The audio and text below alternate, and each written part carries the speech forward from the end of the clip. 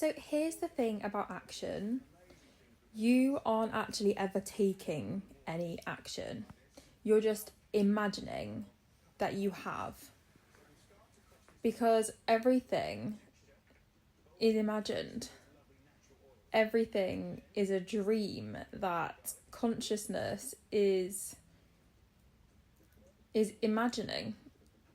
And you are imagining your reality in every moment.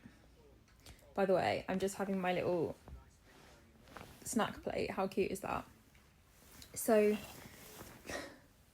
it kind of, when you see it like this, it kind of negates the, do I have to do anything or not? Like the role of action when it comes to bringing about or unveiling what it is that you're desiring to experience, because you never actually took the action. It's just something that your ego is using to try and qualify the fact that this is how I got my desire, this is how it unfolded, this is how it came about, this is the linear process that took place before I accepted that I had what I had. You weren't actually ever taking any action. Everything happens now. So when you experience the thing that you're desiring, when you accept the fact that you already have it, it's still now. And then your ego uses its little memory to be like, oh no, I remember that happening. But it's just now. It's just a different perspective of the now. Because who is taking the action? Consciousness isn't taking any action. It's just aware of the fact. It's just aware of the dream it's experiencing. It's like if you are having a dream at night and you're dreaming that you're running a marathon, say, is anyone actually taking any action? Are they? Or do you just think that, oh yeah, I received my medal from the marathon because I ran the marathon, but who was actually there to run it? There isn't anyone. It's just what you imagine happened to qualify the fact that now I have this thing, or now I am this thing, or now I'm experiencing this thing. And your mind has to have a story attached to it, because if you did just literally 1 second find yourself on a beach in Hawaii, there'd be no continuum. There'd be, your mind would be like, what the fuck just happened? You'd think, your little ego would think that you'd gone insane, right? It is the story that your ego needs to keep itself alive.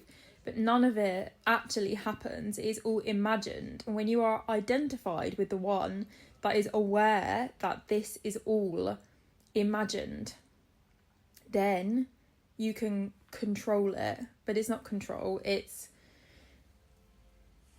direction. You can choose.